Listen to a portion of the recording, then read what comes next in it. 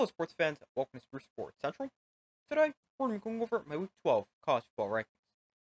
So, going over last week's rankings and what those teams did in Week 11. Last week at number 10, I had Indiana. They beat Michigan 20-15. 9, I had Penn State. They easily beat Washington 35-6. 8 was BYU. They barely beat Utah 22-21. 7, I had Tennessee. They beat Mississippi State 33-17. 6th, I had Notre Dame. They destroyed Florida State 52-3. 5, I had Texas. They dominated Florida 49-17. 4th was Miami. They were upset by Georgia Tech, losing 28-23. 3 was Ohio State. They easily beat Purdue 45-0. 2 was Georgia. They lost to Ole Miss 28-10. And 1 was Oregon, who easily beat Maryland 39-18. But getting into this week's rankings, beginning things at number 10, I've got SMU. So I've got SMU at number 10, but if you want to put Ole Miss here or somebody else, I can definitely understand that argument. But I've got SMU. They're 8-1, and their only loss is a 3-point loss to BYU, who's currently undefeated. But SMU, they were on a bye this week. Next week, they face Boston College. 9th, I have Alabama. So Alabama enters the top 10 at number 9 after they demolished LSU 42-13. Alabama's offense was great, putting up 42 points. Jalen Milroe had a huge game, not as a passer, because he only threw for 109 yards. But he was great on the ground, rushing for 185 yards and 4 touchdowns. And he was a huge part of an Alabama run game that ran for 311 yards and 6 touchdowns. The Alabama defense also dominated, allowing just 13 points and forcing 3 turnovers. The Alabama absolutely destroyed LSU, and I have them at number 9. 8th is Indiana. So Indiana enters at number 8 after they beat Michigan 20-15, but they did not play that well. They only won by 5 points, which was their closest game of the season, and they were held to 20 points, which is their lowest point total of the season. But the Indiana offense wasn't great. Quarterback Curtis Rourke did throw 2 touchdowns, but also threw an interception. Indiana had no run game, rushing for just 40 yards. And the Indiana defense was pretty good, allowing just 15 points and 206 total yards, and 3.1 yards per play. But the offense was not good for Indiana, and overall, I really don't think this is a good performance. And because of that, it makes it kind of tough to rank Indiana, because they are undefeated at 10-0, but they've played absolutely nobody. Michigan is the best team they've played all season, and they didn't even look that good when they played, and Michigan's not even that good. So that makes it really interesting, and I'm not really sure what to do with Indiana. I've got them here at number 8, but if you want to argue they should be a little lower, I can definitely understand that argument. But I've got Indiana at number 8. 7th, I have Penn State. So Penn State moves up to number 7 after they dominated Washington 35-6. It was a good bounce-back performance for Penn State after they lost to Ohio State last week. Penn State offense was much better, putting up 35 points. They ran the ball very effectively, rushing for 266 yards and 4 touchdowns, while averaging 6.7 yards per carry. The defense also dominated, allowing just 6 points and holding Washington to under 200 total yards and allowing just 3.4 yards per play. But this was a good bounce-back win for Penn State, and I've got them at number 7. Coming in at number 6, I have BYU. So BYU checks in at number 6 after they escaped Utah with the 22-21 win, but this wasn't the greatest win for BYU. They did not play a good first half, trailing 21-10 at the half, but they used a big second half to eventually get the win and win on a 44-yard field goal in the final seconds.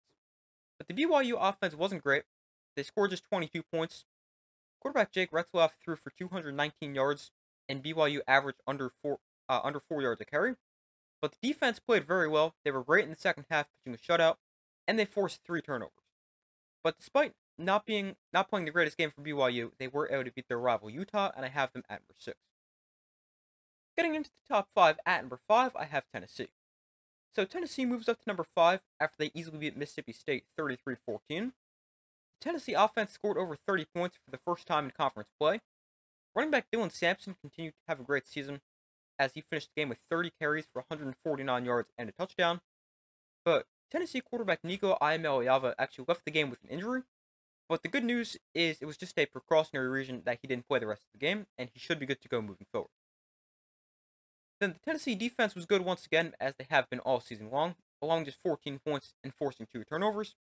But Tennessee, after a very easy win over Mississippi State, they're at number 5. 4, I have Notre Dame.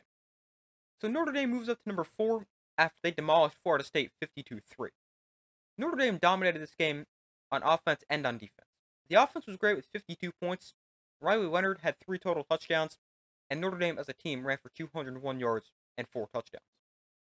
Then defensively for Notre Dame, they forced 2 turnovers, allowed just 3 points, and allowed just 208 total yards. Plus, they got 8 sacks. But Notre Dame, they've been great recently. They're now 8-1 and winners of 7 straight. And on that 7-game winning streak, they're outscoring their opponents by an average of 33.8 points. But Notre Dame, after a dominant win over Florida State, enters at number 4. Third, I have Texas. Texas enters at number 3 after a blowout win over Florida, winning 49-17. The Texas offense was great. Quinn Ewers had a great performance with 333 yards and 5 touchdowns. Texas also ran the football very effectively, rushing for 210 yards and 2 touchdowns on 6.8 yards a carry. And the Texas defense also dominated, not allowing points until it was garbage time. Plus, they forced 3 turnovers. But Texas, after a dominant win over Florida, they enter at number 3. Second, I have Ohio State. So Ohio State moves up a spot to number 2 after they destroyed a bad Purdue team. They won 45-0. The offense was great. Will Howard threw 260 yards and had 4 total touchdowns, 3 passing and 1 rushing. Ohio State ran for 173 yards and another 2 scores, and the defense was great, pitching a shutout and allowing just 206 total yards. But Ohio State, after a dominant win over a really bad Purdue team, they enter at number 2. And coming in at number 1, I have Oregon. So Oregon remains at number 1 after they destroyed Maryland at 38-19. Quarterback Dylan Gabriel had another great game with 183 yards and 3 touchdowns. And with his 3 touchdowns, he now passed Case Keenum to become the FBS touchdown leader with 179 career touchdowns. Outside of Dylan Gabriel, the Oregon offense ran the football well, rushing for 180 yards and a score. And defensively for Oregon, they played well, allowing just 18 points and forcing 3 turnovers. But Oregon, after another easy win, they're now 10-0, and I have them at number 1. And moving on to my updated college football playoff predictions. Number 1, I have Ohio State at 12-1, winning the Big Ten.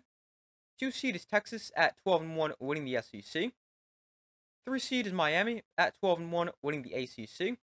And my 4 seed is BYU at 12-1, winning the Big 12.